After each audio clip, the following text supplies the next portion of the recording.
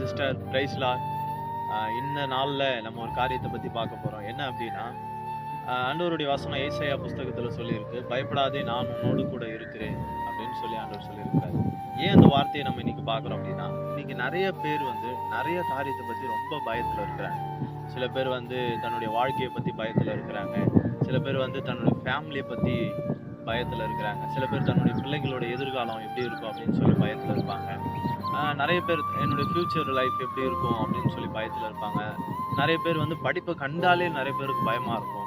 படிப்பை பார்த்தாலே ஐயோ படிப்பா அப்படின்ற மாதிரி ரொம்ப பயமா இருக்கும். அப்ப நிறைய பயம் நிறைய பேருக்குள்ள இருக்கு. சில பேர் வந்து இருட்டை கண்டா ரொம்ப பயப்படுவாங்க. இப்படி நிறைய பயம் இருக்கு.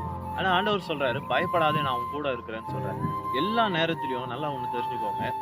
நம்ம எப்போ ஆண்டவராகிய இயேசு கிறிஸ்துவை ஏற்றுக்கொண்டோமோ, அதுல இருந்து நம்மளுடைய ஆண்டவர் எல்லா நேரத்திலும் நம்ம கூட இருக்கிறார். நம்ம எந்த அளவுக்கு அவர் கூட ரிலேஷன்ஷிப்ல இருக்கிறோமோ